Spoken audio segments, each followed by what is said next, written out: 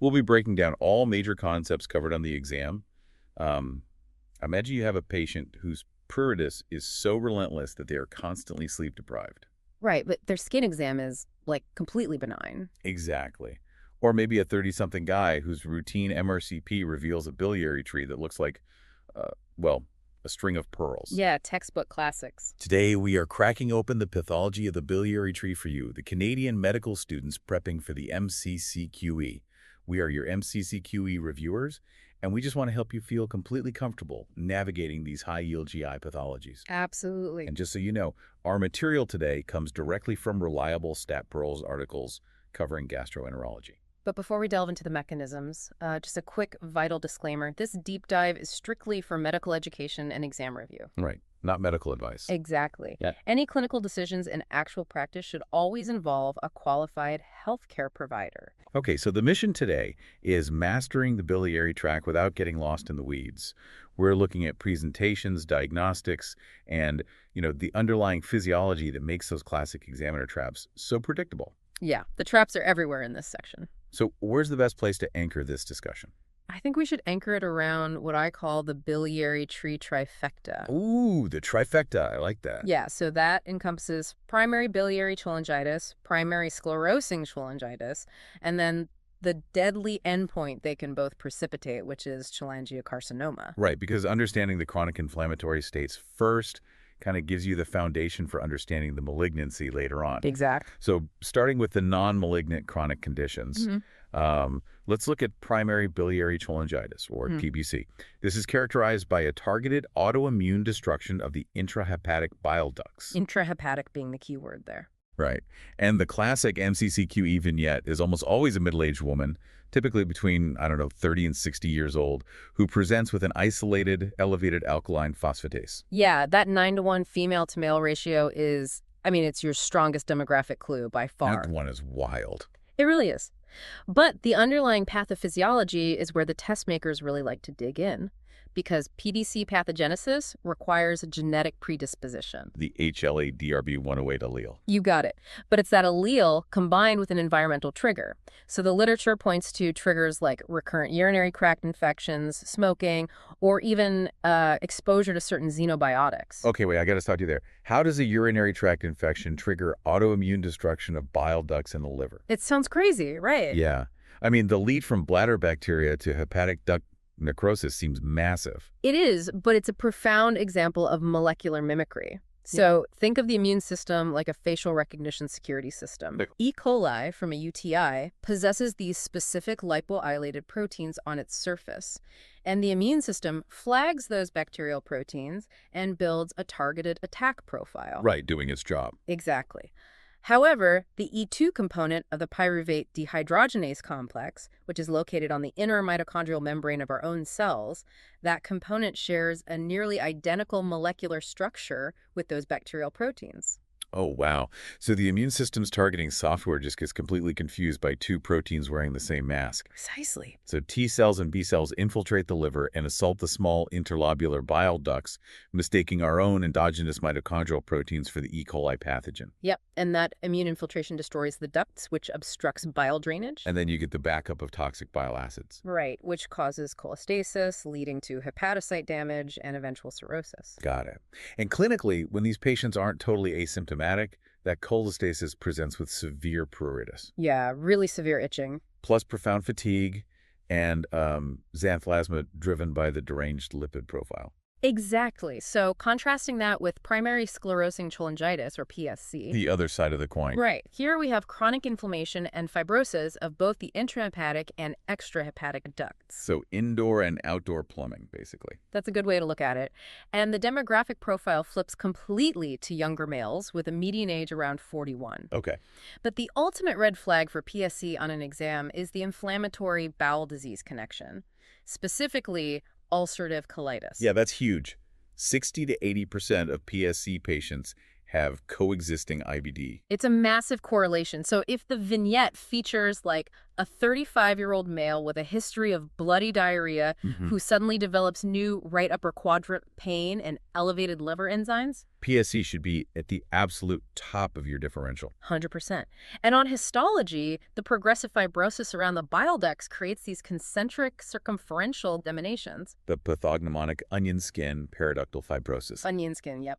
That's the buzzword. Okay, but I need to push back on the IBD connection for a second. Go for it. You're saying PSC destroys the biliary tree, but it's intimately tied to ulcerative colitis in the gut. The colon and the liver are, entirely different organ systems. Very true. So how is mucosal inflammation jumping from the bowel all the way to the bile ducts? So that is a super high-yield mechanistic concept known as the aberrant homing hypothesis. Aberrant homing. Okay. Yeah. During active ulcerative colitis, gut-associated lymphocytes are primed to attack the inflamed colon, right? Makes sense. And these lymphocytes express specific surface receptors like alpha-4 beta-7 integrin. And those bind to MAdCAM1 adhesion molecules that are specifically located on the gut endothelium. Okay, I follow you. Well, the current theory is that the liver mistakenly begins expressing that same MAdCAM1 on the biliary endothelium. Oh, the liver essentially puts up the wrong molecular billboard. Exactly. So those memory T cells circulating from the gut see the MAdCAM1 signal. They home in on the liver thinking they're still fighting the bowel inflammation, and they attack the bile ducts instead. Yeah, it's friendly fire based on bad signage. That makes the gut-liver axis connection incredibly logical. It really does, once you see the mechanism. Now, moving into diagnostics. For PBC, you rely on the established 2 out of 3 rule. Right. First, obviously, you must rule out extrahepatic biliary obstruction via imaging. But then you need 2 of the following: elevated ALK-Phos, a positive anti-mitochondrial antibody, or a liver biopsy demonstrating florid duct lesions. And that AMA is highly specific, right? Found in roughly 85% of cases. Oh, yeah. Highly specific. So if the vignette gives you a 45-year-old female with an elevated ALK-Phos pruritus and a positive AMA, you have your diagnosis right there. You do. You don't even need the biopsy to confirm it. Correct. I mean, a biopsy is useful for staging the fibrosis down the line, but it isn't required for the initial diagnosis if you have that classic serology. Good to know for the exam and management. Management relies on ursodeoxycholic acid, or UDCA, as the first-line therapy. Which is a hydrophilic bile salt, right?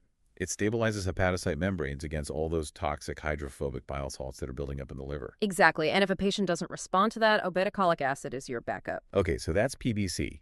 For PSC, we don't really have a highly specific autoantibody like AMA, do we? Not really, no. I mean, you might see a positive atypical PNCA in up to 94% of patients, but the diagnosis hinges primarily on imaging, specifically the MRCP. And you are looking for the classic beating appearance on that MRCP. Yeah, the string of pearls. Right. The alternating focal strictures and dilations across both intra and extrahepatic ducts create an image that looks just like a string of beads. Exactly. Which brings up a really crucial test-taking trap that we should highlight. Oh, the MRCP trap. Yes. Yeah? Yes. If the examiner gives a scenario that looks clinically like PBC, say, a middle-aged woman with itching, but they provide an MRCP showing strictures in the extrahepatic ducts, we have definitively left PBC territory, right? That is a critical distinction, yes. PBC is strictly intrahepatic. So the MRCP in a PBC patient should show completely normal extrahepatic ducts. Okay. If the large extrahepatic ducts are involved, you are dealing with PSC regardless of the patient's gender. That's such a good trap to be aware of. Test makers love it. Let's examine the secondary effects of this chronic cholestasis for a second, because both conditions prevent bile from reaching the duodenum. Right. And that leads to steatorrhea and severe deficiencies in the fat-soluble vitamins, A, D, E, and K. Yep, the fat malabsorption. And the downstream effect of that vitamin D malabsorption is severe metabolic bone disease. Osteoporosis and pathologic fractures are rampant in this population. It's really sad. So a DECA scan is basically mandatory at time of diagnosis, and you must monitor their bone density closely. Okay, another complication highlighted in the StatPearls is hyperlipidemia. Since cholesterol is naturally excreted via bile, cholestasis causes profound hypercholesterolemia. Right. But there's a physiological paradox here that I find fascinating. Well, the MI risk. Yeah. These patients have sky-high cholesterol, yet they don't seem to have an increased risk for myocardial infarctions.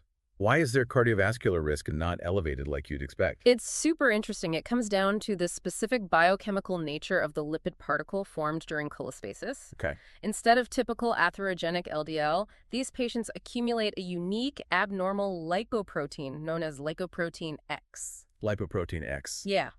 And unlike oxidized LDL, lipoprotein X does not promote atherosclerosis. Really? Yeah, it doesn't get trapped in the arterial intima and consumed by macrophages to form foam cells. So despite the severe hyperlipidemia on their lab panel, their cardiovascular risk remains relatively at baseline. That is such a fascinating physiological quirk. The lipids are elevated, but they aren't the kind that clog coronary arteries. Exactly. So the real existential threat to these patients isn't heart disease. It's what happens to the biliary tree itself. Unfortunately, yes. Because subjecting biliary epithelial cells to a toxic, stagnant pool of bile and chronic inflammation for decades, that creates the perfect incubator for malignant mutations. Which brings us to the deadly endpoint we mentioned earlier, cholangiocarcinoma. Right. PSC is a massive predisposing factor for this. It elevates the risk by up to 400 times compared to the general population. 400 times. That is staggering. It is. The constant cellular turnover and chronic inflammation lead directly to mutations in proto-oncogenes and tumor suppressor genes like KRAS and TP53. But there are other highly testable risk factors beyond PSC, right? Oh, definitely. Parasitic infections are a major one on the MCCQE. Yep. Liver flukes. Like Clonorchis sinensis or Opisthochus viverini, which are endemic to Southeast Asia and usually acquired from undercooked fish. Right, and they induce severe chronic biliary inflammation. Other risks to watch out for include choledocholithiasis, hepatolithiasis, and chronic viral hepatitis. Okay, so when we look at the pathology of cholangiocarcinoma, the anatomical classification basically dictates the clinical presentation. It does. Intrahepatic cholangiocarcinoma arises from small ducts in the liver periphery. Right, and histologically, these are cuboidal cells that do not produce mucin. They test positive for CRP, but they are negative for S100P. Okay, and conversely, extrahepatic tumors, which include the perihilar and distal subtypes, those arise from the large ducts. Yep, and these are columnar mucin-producing cells that test negative for CRP, but overexpress S100P. Got it. And the perihilar subtype is the most common, right, accounting for about 50% of cases. Yeah, half the cases. The StatPearls outline the Bismuth-Corlett classification for these perihilar tumors, which seems like a really vital surgical staging tool. It's essential for determining resectability. The Bismuth-Corlett system maps the extent of ductal involvement. Okay, break it down for us. So type I is confined to the common hepatic duct. It's simple enough. Right. Type 2 involves the bifurcation of the right and left hepatic ducts. Type 3 extends into either the right or left secondary intrahepatic ducts. Getting deeper. Exactly. And then type 4 involves both sides, or is multifocal. So as you move from type I to type 4, the surgical complexity increases exponentially. Makes sense. And location also dictates the timeline of symptoms, right? Huge factor. Because intrahepatic tumors have room to grow within the liver parenchyma, they present very late with, like, vague abdominal pain and cachexia. Right, there's no early warning system. But extrahepatic tumors block the main drainage pipes early on.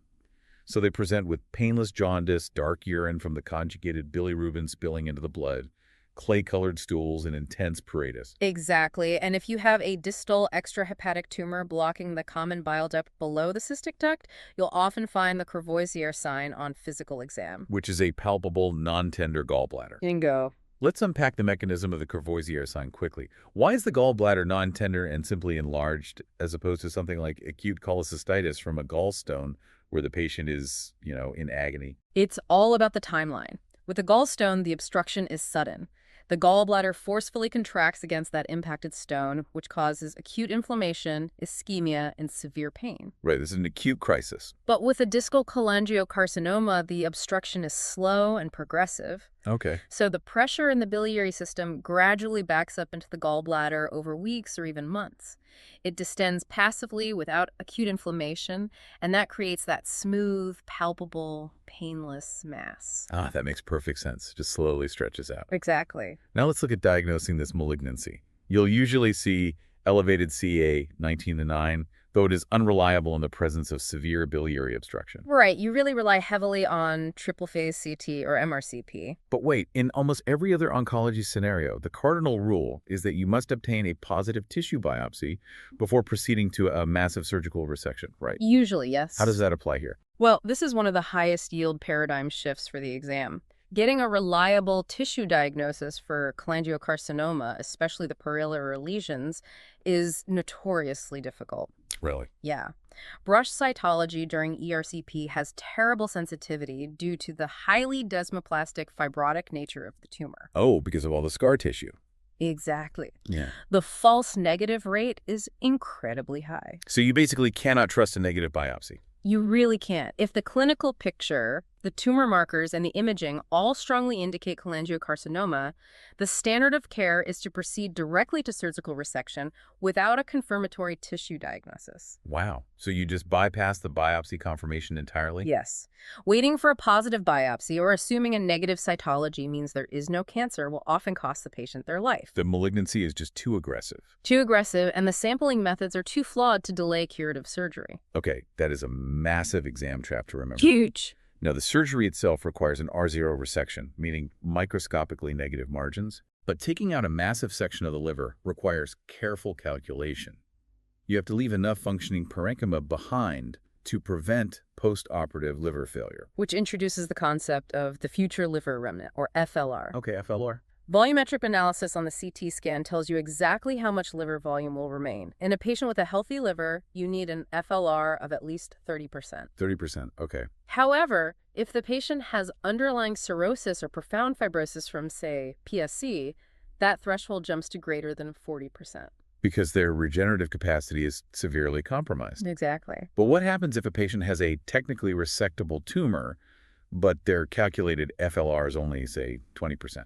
Do we just deem them inoperable? Not necessarily. We utilize an interventional technique called portal venous embolization, or PVV. Okay, how does that work? So weeks before the planned resection, an interventional radiologist deliberately embolizes the branches of the portal vein that supply the diseased side of the liver. Oh, so you essentially starve the tumor-bearing lobe of its chordal blood supply. Exactly. And the body senses this regional ischemia and shunts all the portal flow to the healthy lobe. You got it. That healthy lobe then undergoes compensatory hypertrophy. It physically grows larger over a few weeks. Yep.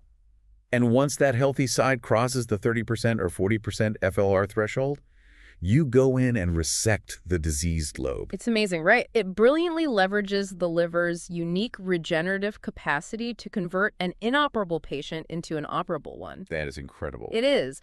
But unfortunately, even with techniques like PVE, about 75% of patients present with unresectable disease due to advanced staging. That's tough. Yeah.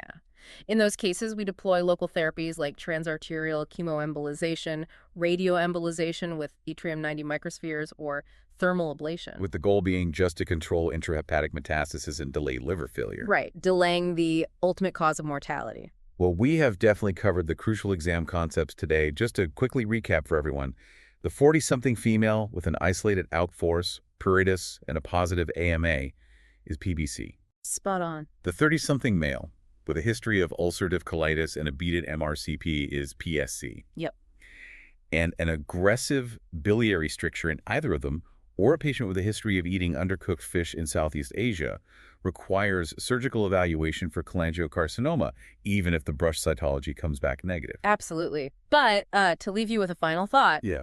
we discussed the relentless pruritus these cholestatic patients endure, right? Oh, yeah. The itching. The classical textbook teaching has always been that this itching is caused by the physical accumulation of bile salts depositing in the skin. Right. That's what we've all been taught. But the StatPearls dive into a pathophysiological mystery that actually challenges that old dogma. They do. The latest research points away from bile salts and implicates a specific complex lipid signaling pathway. Really? Yeah. Current theories highlight elevated levels of lysophosphatidic acid. Lysophosphatidic acid. Try saying that 3 times fast. But yeah, it's a potent lipid mediator produced by a circulating enzyme called autotaxin. And autotaxin is significantly upregulated in states of cholestasis. It appears this specific lipid is directly responsible for activating the neurocutaneous signaling that drives the intractable itch. Wow. Independent of the bile salt concentrations entirely. That's what the data is suggesting. Consider the clinical implications of that for your future practice. Yeah. I mean, if the itch isn't just physical bile salt deposition, but an active enzymatic pathway driven by autotaxin, the potential for targeted therapeutics is enormous. Yes. We could move beyond prescribing antihistamines that just make patients drowsy or bile acid sequestrants with marginal efficacy and actually shut down the biochemical source of the itch entirely. It is a prime example of how questioning established medical dogma opens the door to truly transformative patient care. So as you tackle those difficult gastroenterology vignettes, remember the underlying mechanisms, whether it's an immune system confused by molecular mimicry, gut lymphocytes homing to the wrong organ via ADCAM1, or the incredible regenerative capacity of the future liver remnant. Understanding the why makes the what impossible to forget. Exactly. We are your MCCQE reviewers, wishing you the best of luck with your studying. Keep digging into those source materials, and we'll see you on the next deep dive.